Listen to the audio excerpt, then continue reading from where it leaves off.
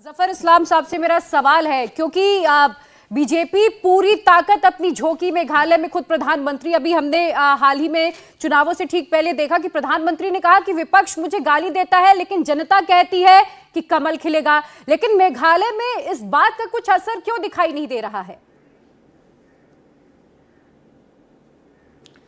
देखिए, हर चीज़ के इलेक्शन के बाद समीक्षा की जाएगी और इसकी भी चिंता की जाएगी, लेकिन मैं ये ज़रूर कह सकता हूँ कि सरकार हमारी बनेगी, वहाँ भाजपा की बनेगी और वहाँ का विकास का जो हमने वादे विकास के लिए किए हैं वो विकास उसी तरह करेंगे जैसा आदरणीय प्रधानमंत्री जी ने एक खाका जो है पूरे नॉर्थन स्टेट, खासकर मेघालय के बारे में चूँकि आप चर्चा कर रही हैं, उसके लिए उन्होंने इसकी जो जिक्र किया है अपने स्पीचेस में और अपने प्लानिंग में और बहुत सारे प्रोग्राम्स में।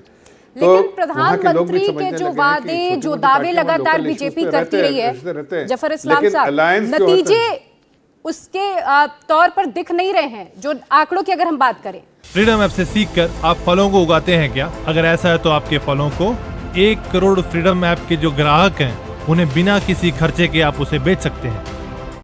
लेकिन जब आप ये बात कह रहे थे ना जफर जी की सरकार आप ही बनाएंगे, तब डॉली जी के चेहरे पर मुस्कुराहट खिलाई थी और यही तो वो आरोप लगाते हैं, चाहे सीट आपकी 2 आए, 8 आए, 10 आए या आप बहुमत में आए, सरकार आप ही की बननी है। येन केन प्रकारेण।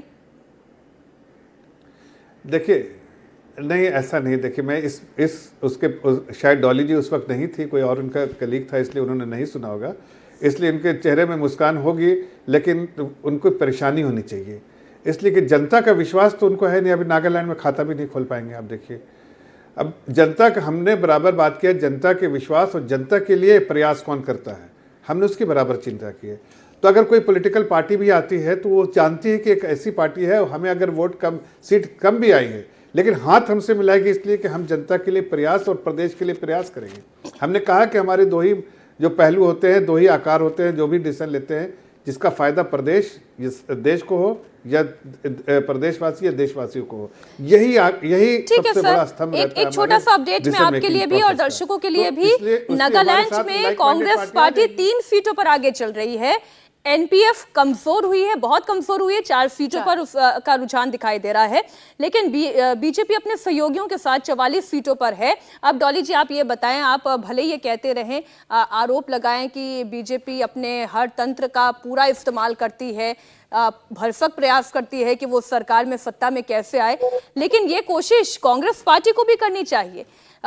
मेघालय में आपके पास 6 सीटें हैं, कांग्रेस पार्टी लेफ्ट के साथ त्रिपुरा में चुनावी मैदान में थी, यहाँ पर आप केवल 13 सीटों पर लड़े और अभी ये जो 16 सीटें आई हैं इसमें भी क्लियर होना बाकी है, इसमें लेफ्ट की कितनी है और कांग्रेस पार्टी की कितनी है, और नागालैंड में भी केवल 3 सीटें।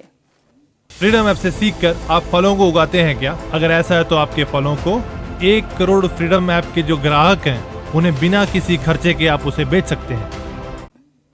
जी देखिए, मैं आपको अभी यही कह रही थी कि जो जफर भाई ने कहा कि सरकार तो हमारी ही बनेगी, तो मैंने यहाँ आपको अभी यही कहा था थोड़ी देर पहले कि वहां तो इन्होंने एक अपने एजेंट बिठाए हुए हैं, हेमंत बिस्व शर्मा, जो वहां असम के 5 स्टारों में बुला कर विधायकों को बिठा लेते हैं, फोन उनके बाहर रखवा देते हैं और वहां पर जब तक दूसरे राज्य में सरकार नहीं गिर जाती तब तक हर तंत्र जो भारतीय जनता पार्टी के हाथ में है उसका इस्तेमाल करते हैं।